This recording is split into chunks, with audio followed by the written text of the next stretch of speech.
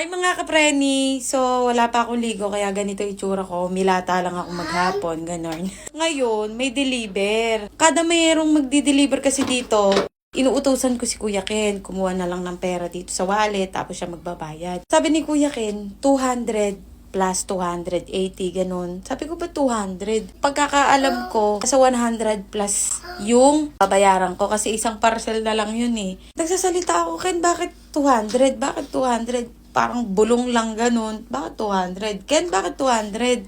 Pero hindi naman ako naririnig, ganun. Tataka ko, iniisip ko, tinignan ko yung Shopee, baka meron akong in-order. Tapos, wala naman. Tapos sa TikTok, nakita ko, isa lang ang order ko. Tapos, nasa 100. Sabi ko, ba't naging 200? So, paglabas ko ng pintuan, dalawa nga. Umalis na yung rider. Ngayon, tinignan ko yung order ko.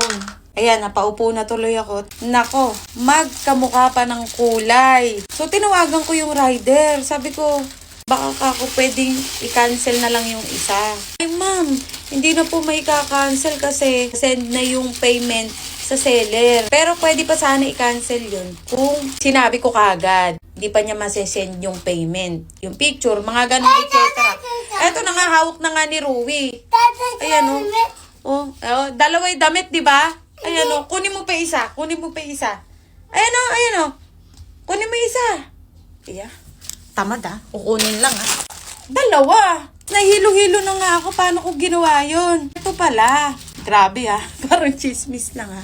Ganito kasi yun. Ganda kasi ng ano na to, ng t-shirt na to. Meron na akong itim nito, coffee, tapos dark choco. Dark choco. Maganda kasi. Parang nakakapayat ganun. Eh, naka-live yung seller.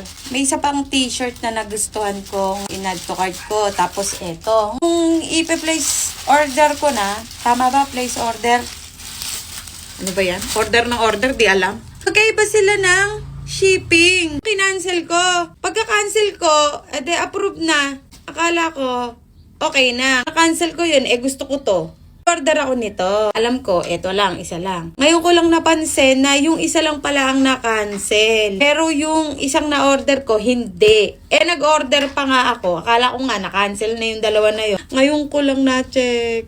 Oh my God. Okay sana kung magkaibang kulay to, pwede pa, 'di ba? Buti na lang, kapag bumibili ako ng damit minsan, mura lang.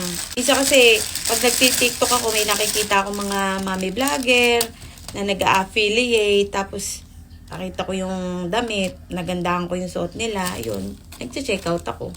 So, eto, nagandahan ko. Ay, Diyos ko. Ako'y maliligo na lang.